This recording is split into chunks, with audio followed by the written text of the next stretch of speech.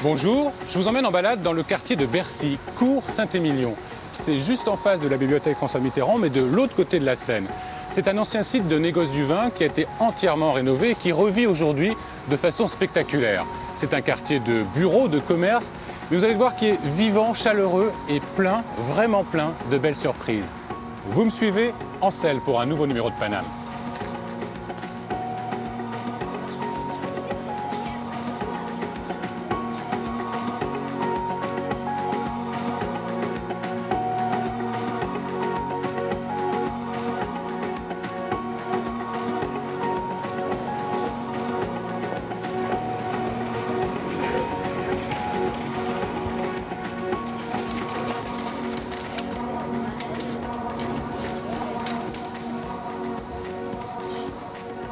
Et comme on est dans le quartier du vin, je vais commencer par y goûter dans un restaurant qui rend hommage à l'histoire du lieu. Allez, on descend à la cave.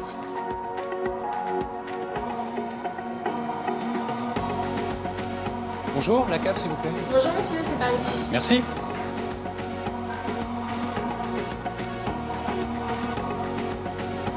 Pas mal.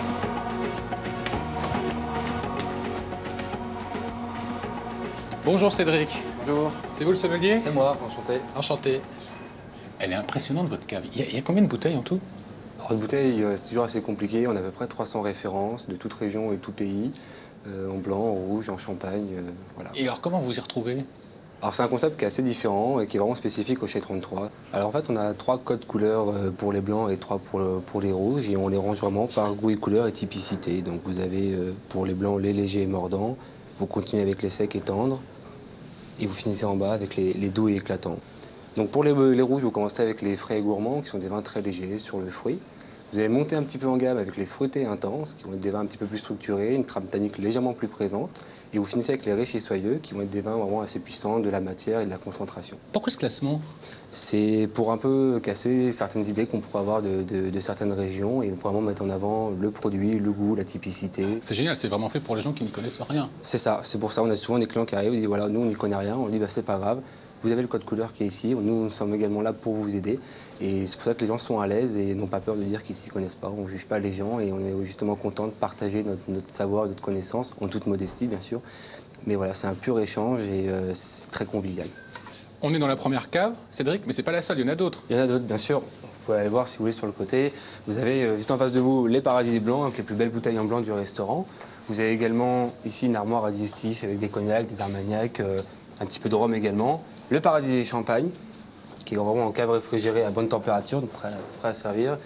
Des eaux de vie un petit peu, de fruits, donc de poire, un peu de madère.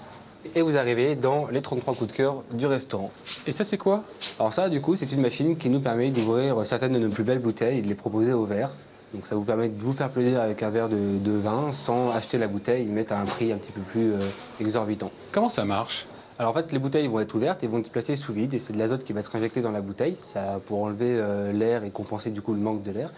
Et l'azote va conserver le vin en fait de 2 à 3 semaines à peu près. L'azote, ça ne détériore pas le vin? Pas du tout, ça lui permet de rester un peu plus entre guillemets tranquille et d'être conservé sans souci. Comment ça s'appelle cette machine? C'est une onomatique, c'est le nom vraiment de la machine et qui a un véritable plaisir pour les sommeliers pour travailler avec parce que ça élargit justement nos possibilités de vin qu'on propose au verre. Il fait chaud, ça donne soif tout ça. Qu'est-ce que vous me proposez de frais et gourmand, tiens? J'ai un vin à vous proposer tout à fait dans l'esprit de la maison, vous allez voir, c'est une belle découverte.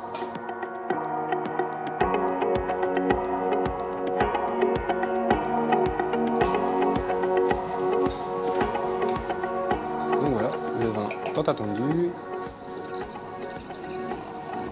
Merci. Je vous en prie.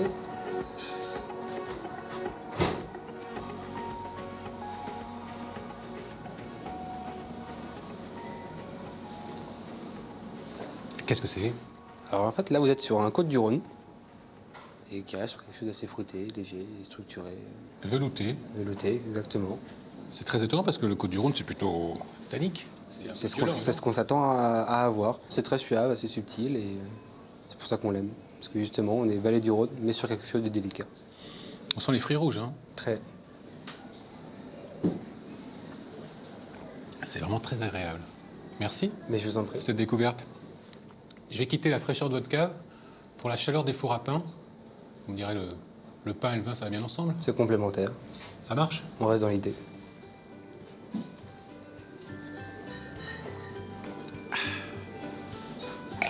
J'adore.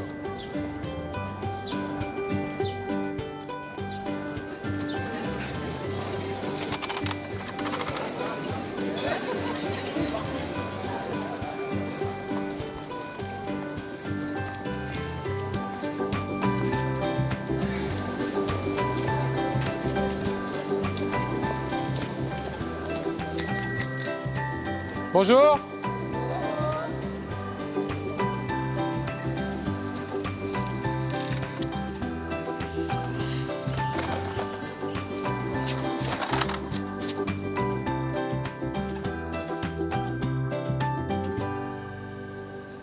Bonjour Dominique. Bonjour Yvan. Dites-moi, vous êtes le directeur d'un bien bel établissement. Oui, c'est vrai, j'ai cette chance. Nous sommes dans un lieu qui est un lieu historique, puisqu'il s'agit d'un bâtiment classé qui a été conçu par un élève de Gustave Eiffel qui s'appelle Ingénieur Lheureux. Et originellement, donc, les locaux étaient utilisés comme chais. Alors, qu'est-ce qu'on fait précisément ici? Alors, dans cet établissement, donc, on prépare des jeunes et des adultes au diplôme de la filière de boulangerie-pâtisserie. Vous me montrez, ça se passe où? Ça se passe de ce côté-ci. Je vous précède.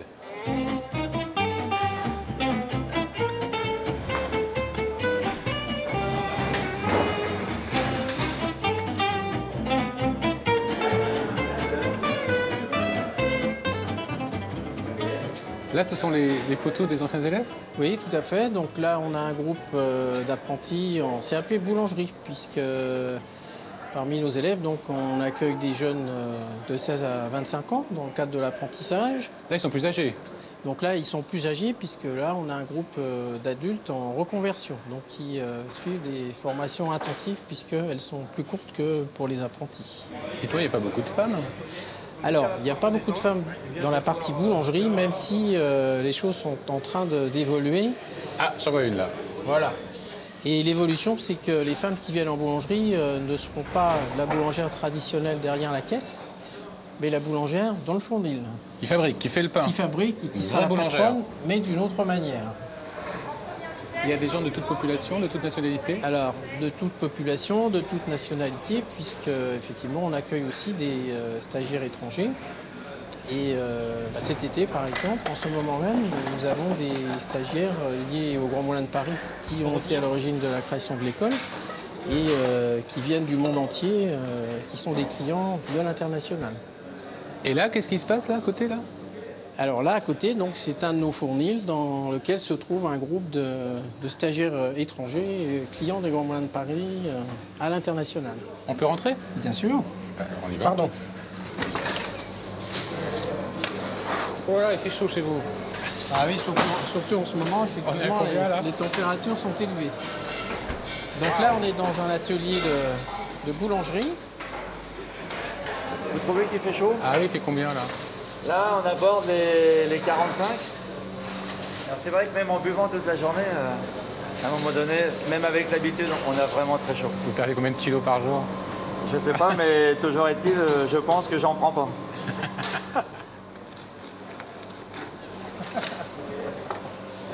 Bon, voyons voir. Ah, bravo!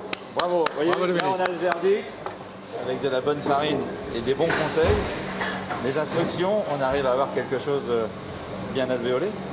Ça, c'est du bon pain. Ça, c'est du bon pain. Quand on voit une belle baguette alvéolée, malgré la chaleur. Et donc, vous voyez, on a encore ce petit côté croustillant. Bon, on la mange C'est cette sympa. baguette ou pas? Allez, qu'est-ce que vous voulez dessus? Un petit morceau de Un petit fourme morceau de fromage, ouais. On dit toujours qu'on est comme les enfants, on aime bien manger le croûton. Moi, j'adore ça. Ça va? Je suis resté un gamin. Merci. M'accompagner? Bien sûr. Dominique aussi? Dominique. Les deux Dominique. Allez, les deux Dominique. Eh bien, écoutez, bon appétit. Ça croustille encore sous la dent. Là. C'est vrai qu'elle est délicieuse. Dites-moi, Dominique, monsieur le directeur, qu'est-ce qu'on fait de tout ce pain après? Vous mangez tout? Avec de la fourme d'Ambert?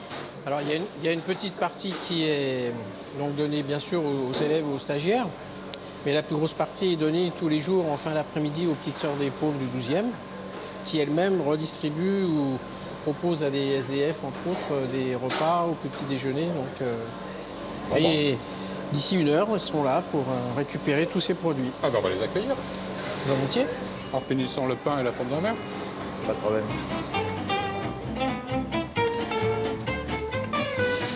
Hop, je vais vous aider. On va faire ça à 2.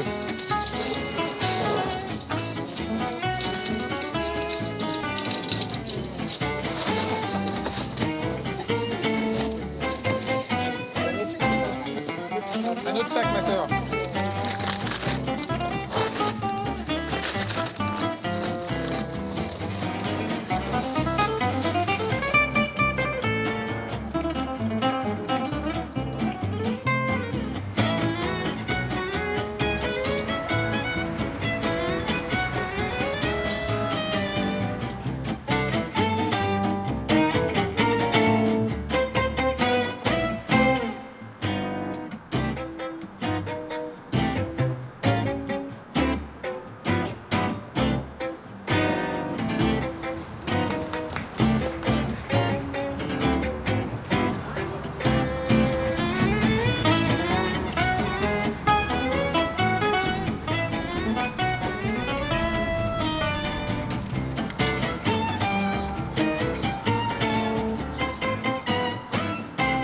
Bonjour Vincent.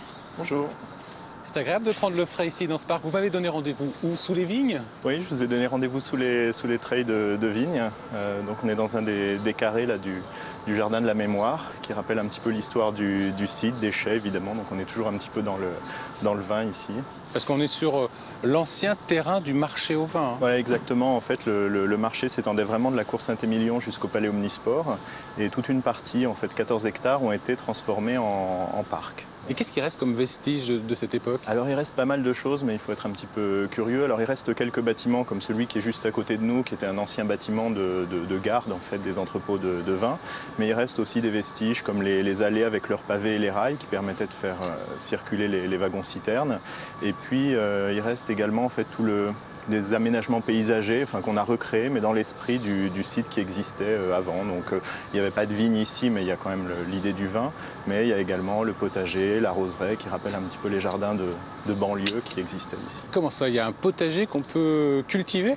Qu'on peut cultiver, que certains peuvent cultiver. C'est un potager qui est juste derrière moi et qui est en fait cultivé par des enfants du quartier, donc par des écoles, des associations, centres de loisirs, encadrés par des animateurs, par des agents de la ville. Voilà, pour les sensibiliser, ces enfants, à la nature, aux engrais bio, à la pollinisation, au jardinage en général. C'est un jardin public pour tout public? Voilà, c'est un jardin public qui est vraiment adapté à tous. Chacun peut trouver le petit coin, ou le grand coin d'ailleurs, qui lui convient. Il y a plein de surprises? Il y a des surprises partout. Voilà, à chaque pas, il y a une surprise. À chaque pas, il y a une nouvelle perspective. Voilà, à chaque pas, il y a des choses à voir. Qu'est-ce qu'il ne faut pas louper? Alors, ce qu'il ne faut pas louper, c'est déjà toute la partie où nous sommes tout de suite, c'est-à-dire vraiment le jardin de la mémoire avec ses 9 carrés. Donc il faut aller se perdre à la roseraie, il y a à peu près une centaine de variétés de roses différentes. Il faut aller se perdre dans le labyrinthe, même s'il n'est pas d'une haute technicité. Il faut aller flâner dans le secteur des pelouses des vagues qui évoquent l'eau et le printemps, le potager bien entendu. Et puis il ne faut pas rater non plus tout le jardin romantique qui s'organise autour d'une grande pièce d'eau avec un cheminement qui est très fluide, très varié, très plaisant, très tranquille. Qu'est-ce qui vous plaît, vous, dans ce jardin? Qu'est-ce qui vous séduit particulièrement? C'est en fait tout ce que je viens de dire, c'est ça, c'est cette variété. Et puis c'est aussi cette idée que la ville se construit petit à petit, mais sans faire complètement table rase du passé. En se réinventant sans arrêt, mais en respectant un peu son passé, sans forcément le conserver totalement sous cloche. Qu'est-ce que vous me conseillez, vous? Ce que je vous conseille, c'est de partir par là, d'aller faire un petit tour dans le labyrinthe et de flâner pour essayer justement de trouver ces surprises. Même en vous perdant, je pense que vous apprécierez mieux le jardin. Eh bien, je vais suivre vos conseils. Merci. C'est moi. Bonne promenade.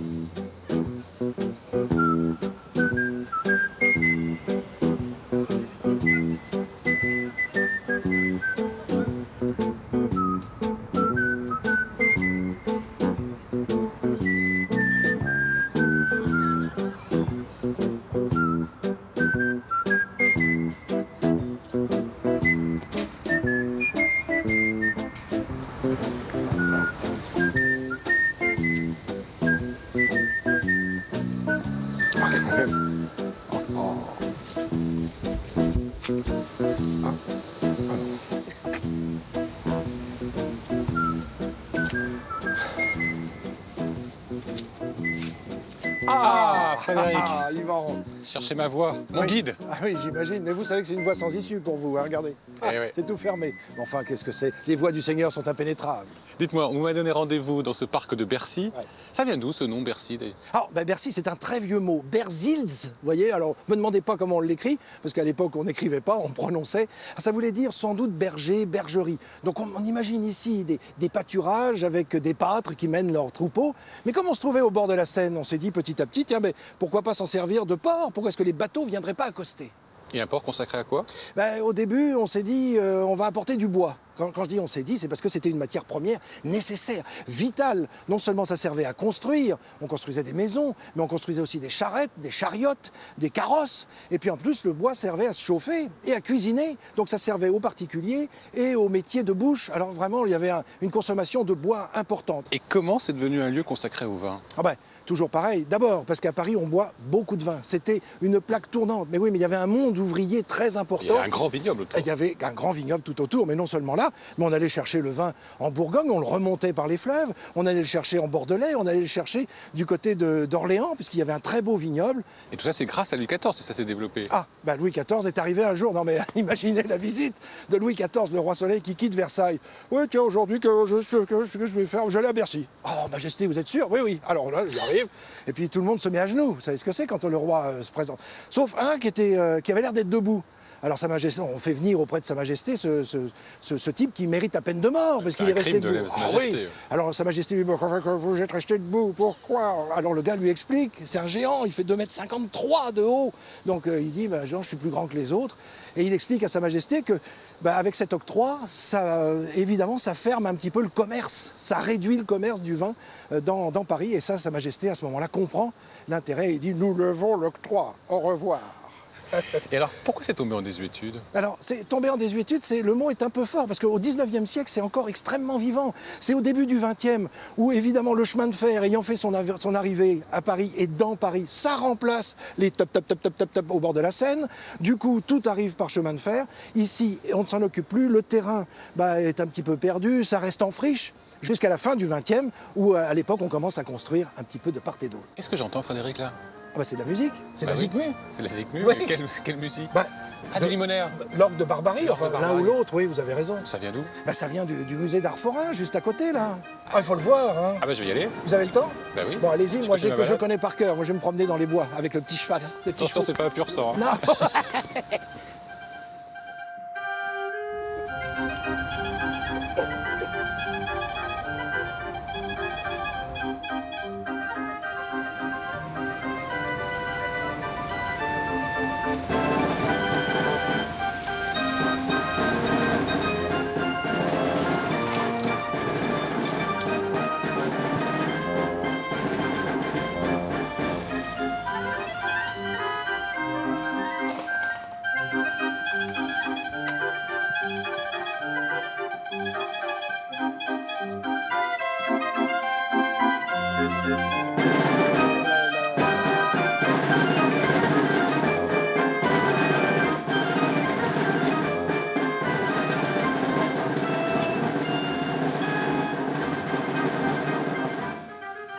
Ça vous dirait de faire un petit tour de manège? Moi, j'en ai très envie.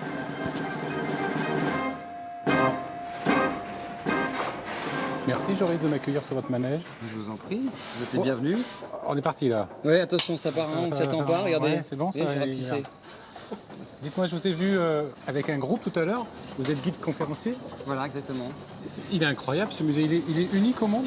Je pense qu'il est unique au monde.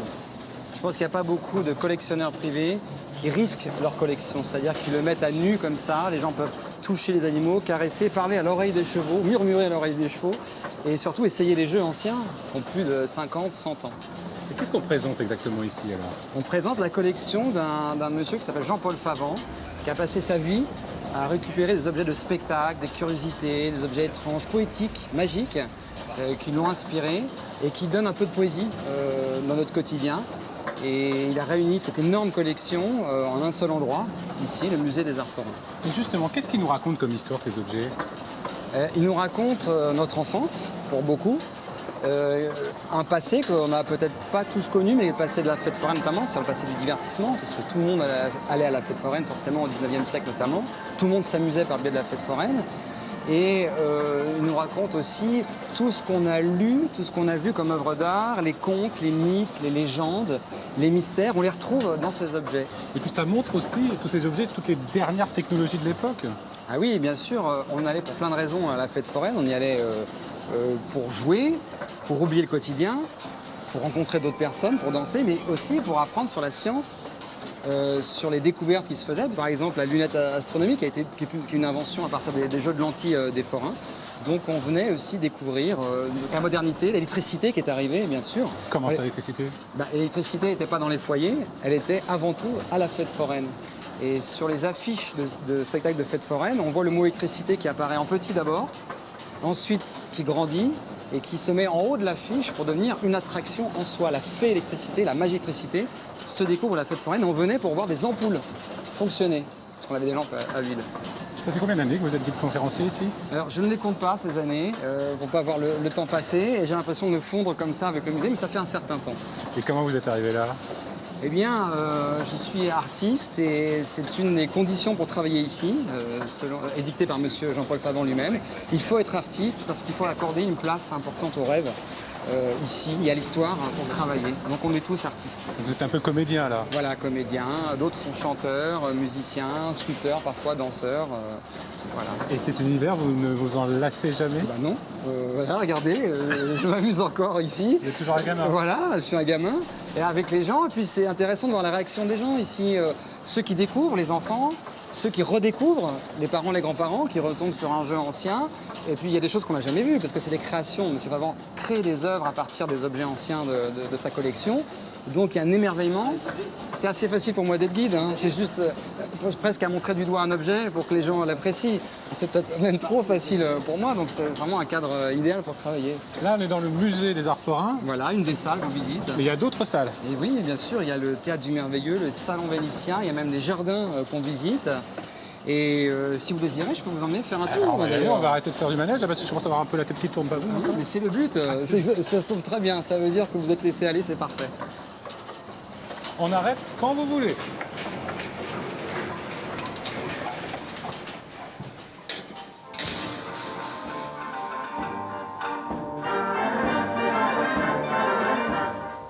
Ça, c'est la musique que j'entendais tout à l'heure, Joris. Voilà, c'est ça, c'est l'orgue mortier de 1924 qui fonctionne toujours ici et qui lance cette musique dansante. On espère que tout le monde va danser la valse dans quelques instants, accompagné par les carillons muraux et le piano mécanique qui est juste derrière. Et ces trois instruments jouent ensemble, alors qu'ils viennent d'époques différentes, cette petite fantaisie de valse. Et ça transforme toute la salle en salle de bal. Exactement. Vous voyez, il y a de la place pour que tout le monde puisse danser sous le regard auguste des personnages célèbres du 19e siècle aussi.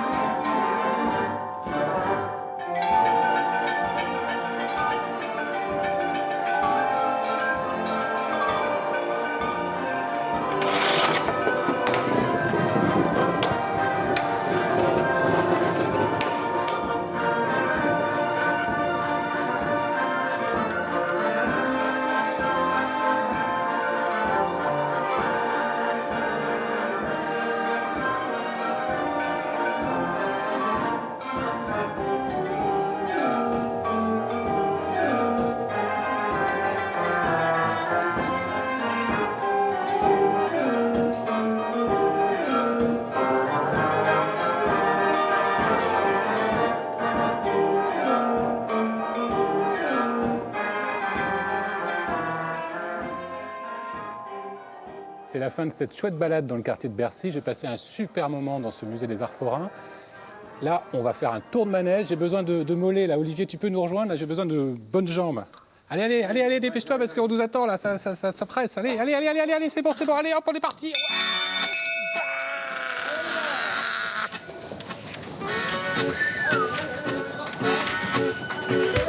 Si je devais revoir la scène, bien sûr que j'aurais de la peine.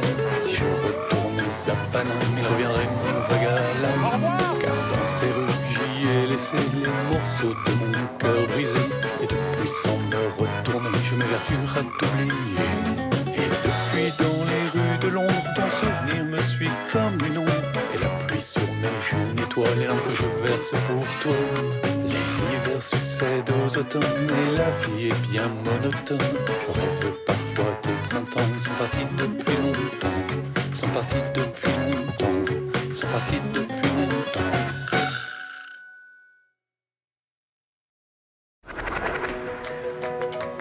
Dimanche prochain, à 11h25, Yvan vous emmène au bois de Vincennes et son zoo joli. Allez-y, vos enfants seront ravis. Paname à Vincennes, un petit coin de paradis.